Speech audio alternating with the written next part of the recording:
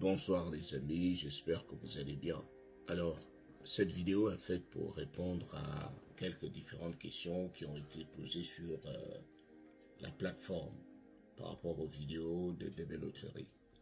Alors, la toute première question était de savoir si lorsqu'on s'inscrit dans un pays et qu'après ou avant les résultats, on se retrouve dans un autre pays, par exemple, tu t'inscris au Sénégal, et quelque temps après, tu pars vivre en Libye.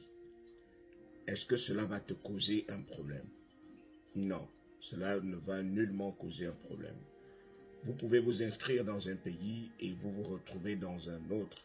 Lorsque vous êtes sélectionné et que vous allez jouer à vous allez remplir votre DS 260, il y a une partie où on vous demande de préciser le pays où vous voulez que l'interview se fasse. Par exemple, si vous vous êtes inscrit, lorsque vous vous êtes inscrit, vous étiez au Gabon et qu'après vous vous retrouvez en Côte d'Ivoire, vous pouvez dire « Je veux que mon interview se fasse en Côte d'Ivoire ». Donc, il y a une partie où vous allez préciser le pays. Parce que vous vivez déjà en Côte d'Ivoire, vous n'êtes plus au Gabon, vous pouvez préciser que cela se passe en Côte d'Ivoire et il n'y aura aucun problème, à condition que vous ayez vos documents. Alors, la deuxième question était, il y a quelqu'un qui passe en Master 2 et la personne voudrait savoir le diplôme qu'elle est censée mettre. Et dans l'inscription, on dit d'avoir au minimum le bac. Maintenant, la question c'est de mentionner votre plus grand niveau d'études. Maintenant, si votre diplôme, on parle d'un diplôme que vous êtes censé brandir, si au cas où on vous demanderait le diplôme à l'interview, il faudrait que ça soit un diplôme que vous avez déjà. Si vous êtes sûr qu'avant les résultats, votre Master 2 sera entre vos mains, vous pouvez mettre Master 2. Mais mieux vaut, cela ne dérange nullement que vous mentionniez le diplôme de Master. Si vous avez la maîtrise, vous mettez la maîtrise. Si vous avez la licence et que la licence est le plus grand niveau d'études que vous avez, ou bien dont vous avez la preuve, vous mettez la licence. Si c'est le bac, vous mettez le bac. Donc, mettez le diplôme que vous êtes capable de brandir le jour où vous vous inscrivez. Ne mettez pas les diplômes futurs parce qu'il peut arriver que tu gagnes ou et par la suite, tu ne réussis pas ton Master 2. Mieux vaut mettre le diplôme que tu as déjà entre les mains. Si c'est la licence, si c'est la maîtrise, si c'est le bac, ce que tu as déjà entre tes mains, c'est ce que tu es censé mentionner.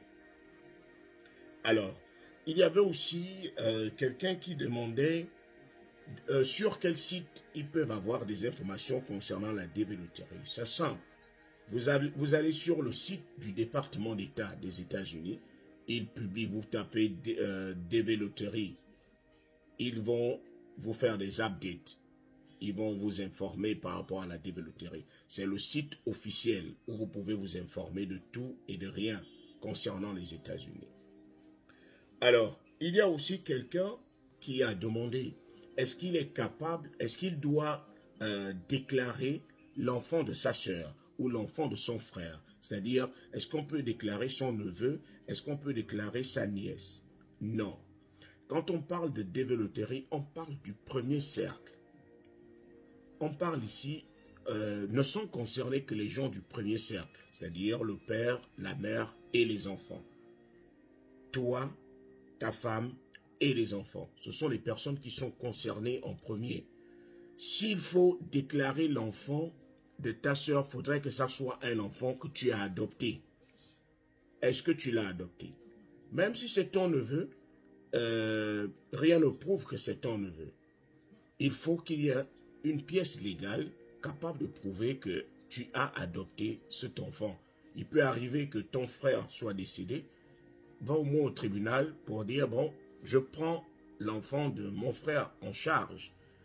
Si c'est sur le plan légal, si vous avez un papier du tribunal prouvant que vous avez déjà adopté cet enfant, vous pouvez le déclarer. Parce que même les enfants adoptifs sont déclarés à la DV Loterie. Les enfants de ton mari qui ne sont pas les tiens, ces enfants-là deviennent par alliance tes enfants. Il y a aussi quelqu'un qui a demandé si les gens qui sont mariés ont un avantage. Le seul avantage que les mariés ont, c'est-à-dire qu'un homme marié peut avoir, c'est le fait qu'il peut jouer et déclarer sa femme. Sa femme également peut jouer la même session et le déclarer. C'est-à-dire, eux au moins, ils ont la possibilité d'avoir de jouer deux fois. C'est-à-dire, il joue, il déclare sa femme aussi joue, il le déclare. Si sa femme gagne, les deux viennent ici aux États-Unis. Si lui gagne, il fait rentrer la femme aux États-Unis. C'est le seul avantage qu'ils ont. Et il y a aussi quelqu'un qui a demandé si les jeunes ont plus de chances de gagner. Tout le monde a la chance de gagner.